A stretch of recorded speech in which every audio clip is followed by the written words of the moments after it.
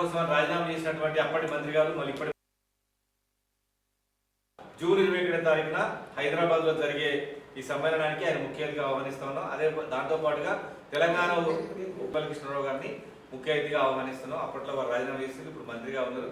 వారే తెలంగాణ ఉద్యమానికి ఈ ఉద్యమానికి వారే సారథ్యం వహిస్తున్నారు. ఈ ఉద్యమకారుల సమ్మేళనానికి మన తరఫున మధ్యవర్తిగా దుబ్బల కృష్ణారావు గారు ఉద్యమకారులకు ఏం కావాలన్నా ఆయననే మాట్లాడిచ్చేస్తారని కూడా సందర్భంగా తెలియదు. వీళ్ళే ఉద్యమకారులు, వీళ్ళకే ఇచ్చిన వీళ్ళు న్యాయమటే ఉన్నారు. అసలు ఉద్యమకారులు అంటేనే నేను, ఉద్యమ సంస్థ అంటేనే నేను, తెలంగాణ తెచ్చిందే నేను, ఇంకా ఏమీ ఇవ్వాల్సిన అవసరం లేదన్నట్టుగా భావించిండు. కానీ రాజకీయాలు చేయనటువంటి ఉద్యమకారులకు ఏం ఉనగూరింది. అందుకోసమనే ఇప్పటి గవర్నమెంటు ఉద్యమకారులను ఎట్లా గుర్తించాలన్న విషయం మీద మరి కె కేశవరావు కమిటీని మేము స్వాగతిస్తూ, ప్రధానంగా ఆనాడు ఉద్యమ కేంద్రాలు రెండే ఉద్యమ కేంద్రాలు. ఒకటి టీఆర్ఎస్ పార్టీది ఒక ఉద్యమ కేంద్రం, అది తెలంగాణ భవన్ కావచ్చు, ఇతర జిల్లాలో ఉన్నటువంటి జిల్లా టీఆర్ఎస్ పార్టీ కేంద్ర కార్యాలయాలు కావచ్చు. రెండోది విద్యా సంస్థలైనటువంటి యూనివర్సిటీలు, ఉదాహరణకు OU, KU, TU, PU, JNTH, వీళ్ళంతా తెలంగాణలో దాదాపుగా అప్పటికే చాలా యూనివర్సిటీలు వచ్చినాయి. ఆ యూనివర్సిటీలో ఉన్నటువంటి మొత్తం కేంద్రాలు ఉద్యమ కేంద్రాలు అయిపోయినాయి. రెండు శిబిరాలు, ఒకటి కేసీఆర్ది తెలంగాణ కోసం టీఆర్ఎస్ పార్టీ ఏర్పడ్డటువంటి శిబిరం ఒకటైతే, తెలంగాణ రాష్ట్రం రావాలని కోరుకునే విద్యాసంస్థల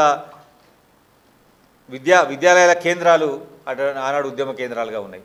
అయితే ఈ కమిటీ కూడా ప్రధానంగా ఉన్నటువంటి ఈ ఉద్యమ సంస్థలు ఉద్యమ కేంద్రాలను సందర్శించి వాళ్ళ అభిప్రాయాన్ని కూడా తీసుకోవాలి. ఎందుకంటే నిజానికి వీరుల వల్ల కొట్లాడి ఏం ఆశించకుండా విద్యా సంవత్సరాన్ని కోల్పోయి చాలామంది విద్యార్థులు ఆత్మహత్యలు చేసుకొని త్యాగాలు చేసి ఏమీ లబ్ధి పొందలేని స్థితి. ఇవాళ అందరూ కూడా 40+ వచ్చిండ్రు. వారికి ప్రభుత్వం, కాంగ్రెస్ పార్టీ ప్రభుత్వం 250 గజం స్థలం ఇవ్వాలని ఎన్నికల మేనిఫెస్టోలో పెట్టింది.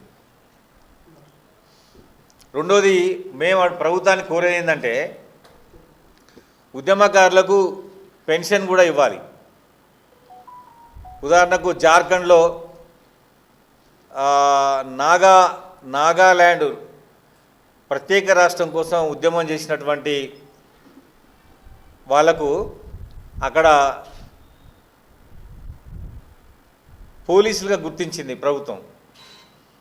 ఇక్కడ ఇంతవరకు ఏమీ జరగలేదు. ఓన్లీ రాజకీయంగా అవకాశాలు ఇచ్చే ఉద్యమకారులకు ఇచ్చినామని అనుకుంటుంది. అట్లా కాకుండా కొట్లాడినటువంటి విద్యార్థి ఉద్యమకారులకు, యువజనులకు,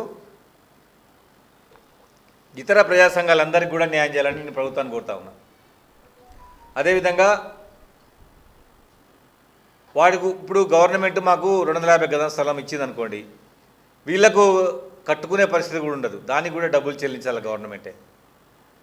పెన్షన్ కూడా ఇవ్వాలి. ఎమ్మెల్యేలకు ఎంతైతే మొదటిసారి గెలిచినప్పుడు పెన్షన్ వస్తుందో ఉద్యమకారులకు అంత పెన్షన్ ఇవ్వాలి. ఇవాళ ఇవన్నీ మనం మాట్లాడుకుంటున్నామంటే తెలంగాణ రాష్ట్రం రాబట్టే. ఇవాళ ముఖ్యమంత్రి ఉన్నా, మనకు సచివాలయం ఉన్నా, మనకు తెలంగాణ ఏమొచ్చినా తెలంగాణ రాష్ట్రం వచ్చింది కాబట్టి. లేని పక్షంలో ఇవన్నీ మనం అడగలేము. ఉమ్మడి రాష్ట్రంలో ఇవన్నీ మనం డిమాండ్ పెట్టలేము. కాబట్టి ప్రభుత్వానికి మా విజ్ఞప్తి ఏంటంటే పెన్షన్ ఇవ్వాలి, గుర్తింపు గౌరవం ఇవ్వాలి. ప్రభుత్వం ఏం చేసిందంటే మొదటిగా ఒక అమరవీరుల కుటుంబాలని ముందుగా, ఆ తర్వాత గాయపడ్డ వారిని రెండో వారిగా, జైలు పోయిన వారిని మూడో వారిగా, తర్వాత సంఘాలు పెట్టిన వాళ్ళని పేపర్లో వచ్చిన 4వ వారిగా అంటుంది. నేను 5వ వారిని కూడా చేర్చండి జై తెలంగాణ అన్న వాళ్ళని. ఈ క్రైటీరియా పైనుంచి కింద నుంచి కాకుండా కింద నుంచి పైకి ఉండాలి. అమరవీరుల కుటుంబాలకు ఆల్రెడీ కేసీఆర్ గారు ఉన్నప్పుడు ఒక 500 మంది కనుక అవకాశాలు ఇచ్చి, నాకు తెలిసి ఇంకో 200-300 మంది ఉంటారు అమరవీరుల కుటుంబాలు. గాయపడ్డ వాళ్ళకి అప్పుడు ఇవ్వలేదు, కొద్దిమందికి వచ్చినాయి. ఇప్పుడు మాత్రం గాయపడ్డ వాళ్ళు మొత్తం కూడా ఈ దఫాలు అయిపోతారు. జైలుకు పోయిన వాళ్ళకు ఎప్పుడు ఏం లభించలేదు. ఈసారి ఎక్కువ పెద్ద ఎత్తున జైలుకు పోయిన వాళ్ళు, అరెస్ట్ అయిన వాళ్ళు, పేపర్ కటింగ్ ఉన్న వాళ్ళు, ఉద్యమంలో పాల్గొన్న వాళ్ళు, అదేవిధంగా సంఘాలు పెట్టిన వాళ్ళందరికీ కూడా ఈసారి అవకాశం వస్తుంది. కాబట్టి నేను ఏమంటున్నట్టే ఉద్యమకారులందరికీ విజ్ఞప్తి, మీరందరూ కూడా వచ్చే నెల హైదరాబాద్లో జరిగే తెలంగాణ ఉద్యమకారుల ఆత్మగౌరవ సమ్మేళనానికి మీరందరూ హాజరు కావాలని కోరుతా ఉన్నా. ఆ లోపుగా మీరు అరెస్ట్ అయినటువంటి జైల్లో ఉన్నటువంటి జైలు కాగితాలు, పేపర్లో ఉన్నట్టు మీ పేర్లు, మీరు పెట్టినటువంటి సంఘం అన్నిటి కూడా భద్రపరచుకోవాల్సిందిగా అన్నిటి. ఎందుకంటే 15 సంవత్సరాలు అయింది, మరి ఎక్కడున్నాయేమో. మీరు ఎప్పుడిప్పుడే అన్నీ ఎప్పుడైతే ప్రభుత్వం పేపర్ కటింగ్ అని కమిటీ చెప్పినప్పుడు అందరూ కూడా వాట్సాప్లలో పేపర్లు పెడతా ఉన్నారు, ఫొటోస్ పెడతా ఉన్నాడు. అవన్నీ కలెక్ట్ చేసుకోమని నేను విజ్ఞప్తి చేస్తా ఉన్నా. అదేవిధంగా మరి తెలంగాణ వచ్చినాక ఇన్నేళ్ల తర్వాత మనందరం కలుసుకున్నాం. మళ్ళీ ఉద్యమకారులందరూ కూడా ఒక తాడికి తీసుకొచ్చి, ఉద్యమ సంఘాలు మొత్తం ఒకసారి తీసుకొచ్చి ప్రభుత్వానికి విజ్ఞప్తి చేసి పెద్ద ఎత్తున మనం మన శక్తి ప్రదర్శన చేసి ప్రభుత్వాన్ని 250 గజాల స్థలం ఇస్తే ఖచ్చితంగా మాకు ఇల్లు కట్టుకోవడానికి డబ్బులు కూడా ఇవ్వాలి. ఉద్యమకారులకు గుర్తింపు, గౌరవం కూడా ఇవ్వాలని ప్రభుత్వాన్ని కోరుతా ఉన్నా. అదేవిధంగా ఈ ఉద్యమకారుల సంఘంలోకి మన నాచా శ్రీనివాస్ అన్న గారిని జిల్లా కోఆర్డినేటర్గా నియమిస్తున్నా. అదేవిధంగా మహమ్మద్ అన్వర్ ఎస్కేనా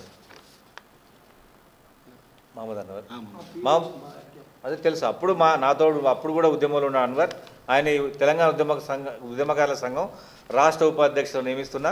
ఇంకా మీరేం చేయాలంటే ఈ 14 అసెంబ్లీ నియోజకవర్గాల మొత్తం కూడా అసెంబ్లీ ఇన్ఛార్జీలు వేసి మండల కమిటీ వరకు వేసి రేపు ఉద్యమకారుల సమ్మేళనాన్ని చేయడం కోసం మీరంతా కృషి చేయాలని సందర్భంగా తెలియజేస్తూ ఈ అవకాశం ఇచ్చిన ఎలక్ట్రానిక్ మీడియా, ప్రింట్ మీడియా మిత్రులకు ప్రత్యేకంగా ధన్యవాదాలు తెలియజేస్తున్నాం.